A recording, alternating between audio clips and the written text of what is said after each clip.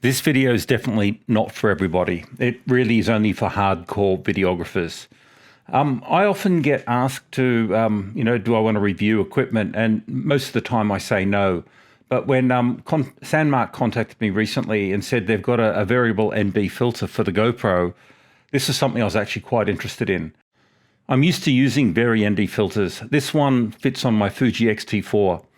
The way variable ND filters work is it's two polarizing filters, and as you adjust them, the phasing of the polarizing filters actually interferes with each other, and it actually blocks out more and more light. And you can see it here.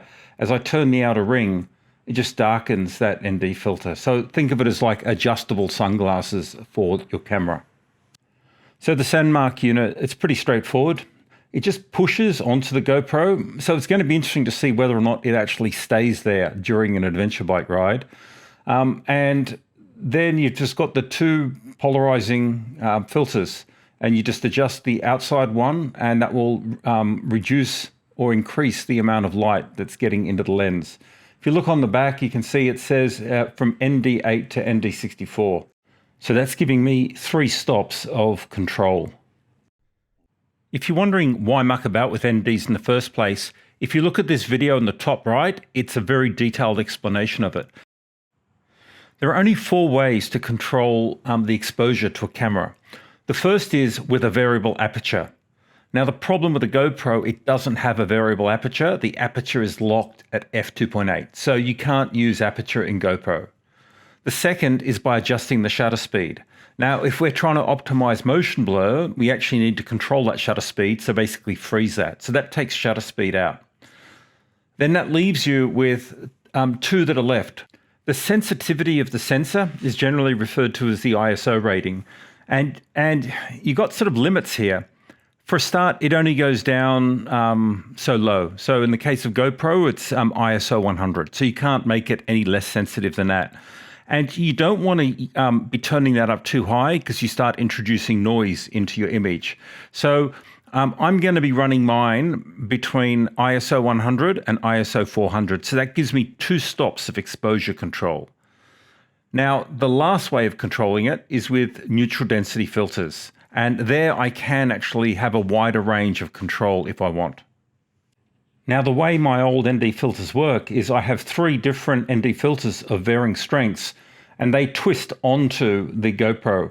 So I can't easily change them. I have to pick which filter to use and then use that one for the ride.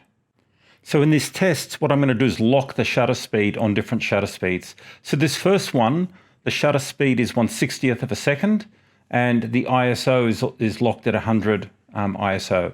And as I freeze it, if you look, you can see there's really nice motion blur in the road at the front. So if you look just in front of the bike, you see that it's blurred quite nicely. So it's creating a really cinematic look, but there's one issue. If you have a look, it's actually quite jittery. And I think that the amount of blur is actually impacting the image stabilization algorithm. So I think 1/60th of a second is too slow. This is 1/125th of a second. And you can see that jitter's gone. It's now rock steady. So I know this is not impacting the image stabilization algorithm of the GoPro.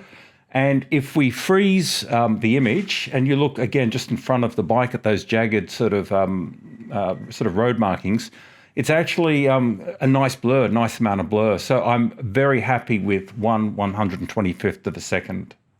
This next test, I've doubled it to 1/240th of a second. Again, it's very stable, so there's no issue with image stabilization.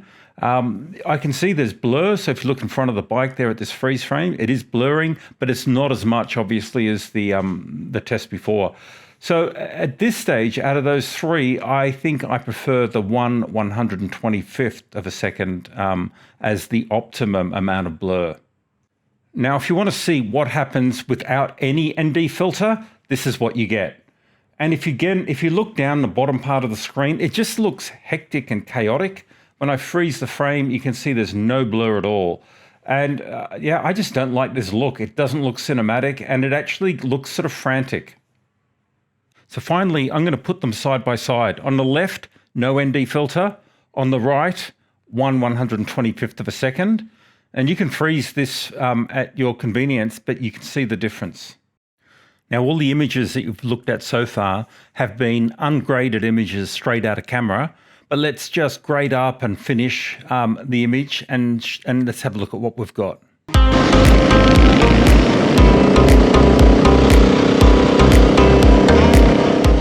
And I'm pretty happy with that. I think this gives me what I'm after in my motorbike videos, a much more pleasing cinematic look.